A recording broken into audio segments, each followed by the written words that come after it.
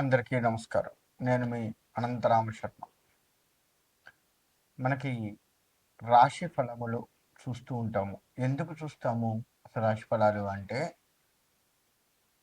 ప్రతి నెల కూడాను ఈ రాశి ఫలాలు చూసుకోవడము, లేదు ఇలా మీడియాల్లో వినడము, చేయడము చేస్తూ ఉంటాము. ఎందుకు అనే విషయానికొస్తే, గత నెల కంటే ఈ నెలన్నా బాగుందా లేదా అనేది ఒకటి. ఒకవేళ బాగుంటే పర్వాలేదు. ఈ నెల మనకి సాఫీగా సాగిపోతుంది. ఈ నెల చాలా బాగుంది. కాబట్టి ఈ బాగున్న దాన్ని మనం ఇంకా మెరుగ్గా ఎట్లా చేసుకోవాలి, ఏమిటి అనేది చూసుకుంటాం. మరి ఒకవేళ బాగా లేదు ఈ నెల అనుకున్నటువంటి రాశులు ఏమైనా ఉంటే, ఆ రాశి వారు ఎక్కడ బాగలేదు, ఎందుకు బాగలేదు, మనలో ఎక్కడ తేడా వస్తుంది, మొత్తం కూడా చెప్తూ ఉంటాం మేము.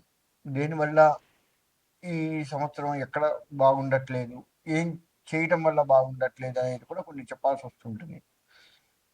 కాబట్టి అటువంటివి మనం తగ్గించుకుంటూ, అటువంటి వాటి విషయాల జోలికి పోకుండా, ఉదాహరణకి కోపం ఎక్కువ అని వచ్చింది అనుకోండి, ఈ నెల మొత్తం మనం కోపాన్ని తగ్గించుకుంటూ ఏం చేస్తే బాగుంటుంది ఇంకా అనేది ఆలోచిస్తూ మనం ముందుకు పోతూ ఈ నెల కూడా మనకు అనుకూలంగా మారేటట్లుగా చేసుకోవచ్చు. అంటే జాగ్రత్త పడటం కోసము ఈ నెల మనం కొంత జాగ్రత్త పడుతూ, తర్వాత బాగున్నదనుకోండి దాన్ని ఇంకా మెరుగ్గా ఎట్లా చేయాలి అనేది చూసుకుంటూ, లేదు దాన్నే సరళంగా ఆ విధంగా అయినా సరే ఈ నెల గడిచిపోతే సరిపోతుంది అనుకున్నట్లుగా అయినా ఆలోచిస్తూ మనం ఈ రాశి ఫలాలు తెలుసుకుంటూ ఉంటాము. కాబట్టి రాశి ఫలాలు అందుకు తెలుసుకోవాలి కానీ, ఏదో చెయ్యొచ్చు, దీనివల్ల ఇంకేదో అవుతుంది, ఏదో ఒక్కసారి కలిసి వస్తుంది, ఇలా దయచేసి ఆలోచించకండి. మనకు ఒక్కసారి ఏది పడదు. మనం కష్టపడ్డ దాన్ని బట్టే మన యొక్క ముందుకు వెళ్ళటం ఉంటుంది. దానికి కాస్త గ్రహాలు కూడా అనుకూలిస్తూ ఉండాలి. ఆ గ్రహాల అనుకూలత ఉందా లేదా తెలుసుకుంటూ, ఒకవేళ లేకపోతే ఏం చేస్తే గ్రహాల అనుకూలత ఉంటుంది అనేది చూసుకుంటూ, మనం దానికి పరిహారాలు, దోష నివృత్తి చేసుకుంటూ, లేదు రెమెడీస్ ఏదైనా చేసుకుంటూ, మనం ఆ గ్రహాన్ని శాంతింప చేసుకొని మనకు అనుకూలంగా ఉంచుకొని ధర్మబద్ధంగా నడుస్తూ, మన రాజకీయం కానీ, ఉద్యోగ వ్యాపారస్తులు కానీ, ఏదైనా సరే చేతి వృత్తులు కానీ, ఇలా అన్ని రంగాల వారు కూడాను దానికి అనుకూలంగా వెళ్తూ మన జీవన ప్రయాణాన్ని కొనసాగించుకోవడం కోసం మాత్రమే ఈ రాశి ఫలాలు చూస్తూ ఉంటాము. కాబట్టి ఇక ముందుగా మనము ఒక్కొక్క రాశి గురించి తెలుసుకుంటూ ముందుకు వెళ్ళే ప్రయత్నం చేద్దాం. ఇంకా చిట్ట చివరి రాశి మీనరాశి. మీనరాశి వారికి 6వ ఇంట గ్రహ సంచారం వలన, గ్రహ ప్రభావం వలన వీరి పనులన్నీ కూడా శుభ శుభ పనులన్నీ కూడా మిశ్రమంగా ఉంటాయి. లాభాలన్నీ కూడా సమానంగా ఉంటాయి. మామూలు లాభాలనే చేతికి అందుకుంటారు, కానీ వీరు ఊహించిన లాభాలను వీరు చేతికి అందరు. ఈ యొక్క రాశి వారు ఊహల్లో తేలుతూ ఉంటారు. జాగ్రత్తగా ఉండండి. ఊహలలో ఎట్టి పరిస్థితుల్లో తేలవద్దు. ఊహల్లో తేలారా, ఆ ఊహలు ఊహలుగానే మిగులుతూ ఉంటాయి. అది ఎప్పటికీ సాధ్యం కానంత ఇదిగా ఉంటారు. కాబట్టి ఊహల్లో తేలకుండా జాగ్రత్త వహించండి. మీ యొక్క పనులు ప్రారంభంలోనే ఆటంకాలయ్యి చివరకు పూర్తి చేస్తారు. మధ్యలో మొత్తం ఆందోళనలు, భయములు, చికాకులు కుంగతీస్తూ ఉంటాయి. భర్త భార్యాభర్తల మధ్య కాస్త అన్యోన్యత తగ్గే ప్రమాదం కనబడుతూ ఉంది. సకాలానికి భోజనము చేయరు, టెన్షన్స్ ఎక్కువగా పెట్టుకుంటారు. సకాలానికి భోజనం చేయకపోవడం వల్ల ఉదర సంబంధ వ్యాధులు కూడా వచ్చే ప్రమాదం కనబడుతూ ఉంది. ఇటు తిరిగి ఈ రాశి వారు శివాభిషేకము చేసుకుంటూ, వినాయకుడికి ప్రదక్షిణ నమస్కారములు, వినాయకుడి అర్చన చేసుకుంటూ ఉండటం వల్ల ఈ యొక్క ఆగిపోతున్న పనులు కాస్త ముందుకు జరగడం, శివాభిషేకం వల్ల ఈ భగవత్ అనుగ్రహం, ఈ రెండూ కూడా కలుగుతూ ఉంటాయి. గుర్తుపెట్టుకోండి, ఈ రాశి వారు ఎట్టి పరిస్థితుల్లో కూడా ఉద్రేకాన్ని చెందకుండా జాగ్రత్త పడుతూ ఉండండి. చదువుకునేటువంటి విద్యార్థులు ఎవరున్నారో వారు చదువుని కష్టపడి కొనసాగిస్తూ ఉండండి. మీరు ఎంత కష్టపడితే అంత మంచిది విద్యారంగం విషయంలో. అంతేకాకుండా వృత్తి, ఉద్యోగ, వృత్తి వ్యాపారం, చేతి వృత్తుల వారు కావచ్చు, వ్యాపారం చేస్తున్నటువంటి వారు కావచ్చు, ప్రోత్సాహం కాస్త తక్కువగా కనబడుతూ ఉంది. మిమ్మల్ని ఆదరించేవారు కాస్త తక్కువగా కనబడుతూ ఉన్నారు. రాజకీయ పరంగా కూడా చూసుకుంటే మీరు అనుకున్న స్థాయికి ఊహించుకుంటారు, కానీ అనుకున్న స్థాయికి పూర్తి స్థాయిలో వెళ్ళలేకపోతూ ఉంటారు. దాన్ని కాస్త మీరు సరి చేసుకుంటూ వెళ్ళండి. అంతేకాకుండా వ్యాపారం కూడా అంతంత మాత్రపు వ్యాపారం వల్ల చికాకులు కలుగుతూ ఉంటాయి.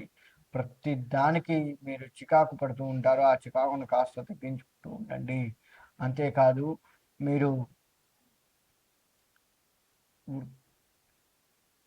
అనేక కొత్త సమస్యలకు దారితీసే ప్రమాదం కనపడుతూ ఉంది. జాగ్రత్త వహించండి. మీరు ఎంత ఓపికగా ఉంటే అంత మంచిది.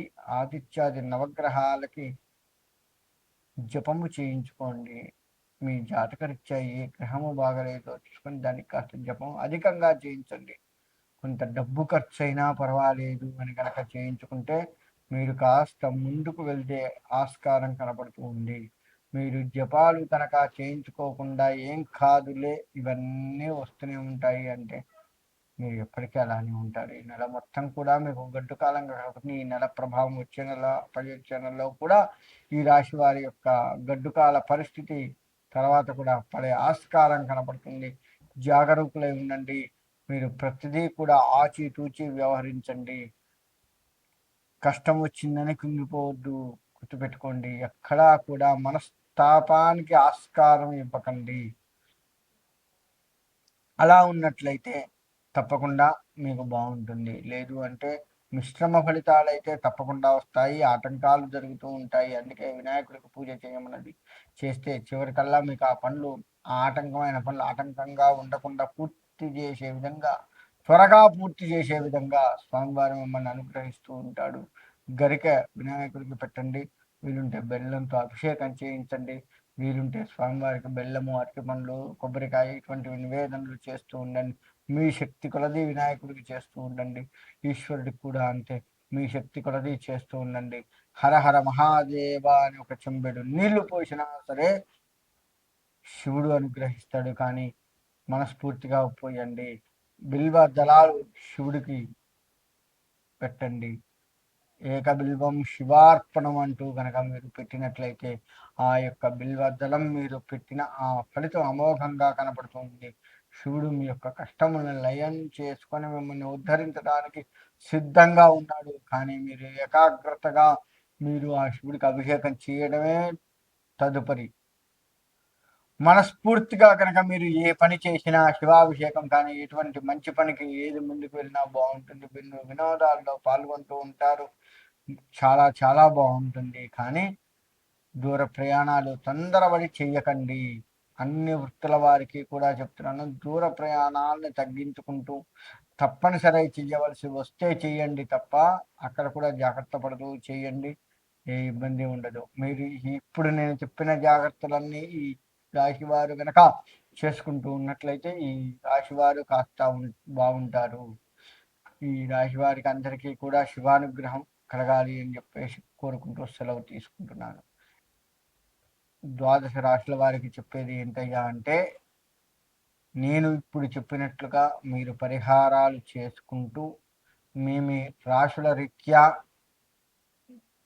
మీరు ముందుకు వెళ్ళండి.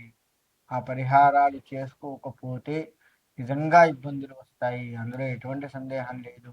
మన జాతకం మొత్తం కూడా, మన జీవితం మొత్తం కూడా జాతకం మీద, ఆ యొక్క గ్రహాల మీద అది ఆధారపడి ఉంది. గ్రహాల అనుకూలత మనకు ఉంటేనే, ఉదాహరణకి సూర్యుడి అనుగ్రహం ఉందనుకో ఆరోగ్యం బాగుంటుంది. చంద్రుడి అనుగ్రహం ఉంటే మనశ్శాంతి బాగుంటుంది. ఇలా ఒక్కొక్క గ్రహం ఒక్కొక్కటి చేస్తూ ఉంటుంది. కాబట్టి మన జాతకరీత్యా ఏ గ్రహం బాలేదో దానికి సంబంధించి పరిహారాలు చేసుకుంటూ మీరు ముందుకు వెళ్ళడం ఎంతైనా శ్రేయస్కరము. కాబట్టి ద్వాదశ రాశుల వారు నేను చెప్పిన పరిహారాలు చేసుకుంటూ ముందుకు వెళ్ళి మీ యొక్క జీవితాన్ని తీర్చిదిద్దుకోవాలి అని కోరుకుంటున్నాను. మీ అందరికీ కూడా ద్వాదశ రాశుల వారందరికీ కూడా మీ ఇష్టదైవం, కులదైవాల యొక్క గ్రామ దేవతల యొక్క అనుగ్రహం సంపూర్ణంగా కలిగి సుభిక్షంగా ఉండాలి అని కోరుకుంటూ సెలవు తీసుకుంటున్నాను.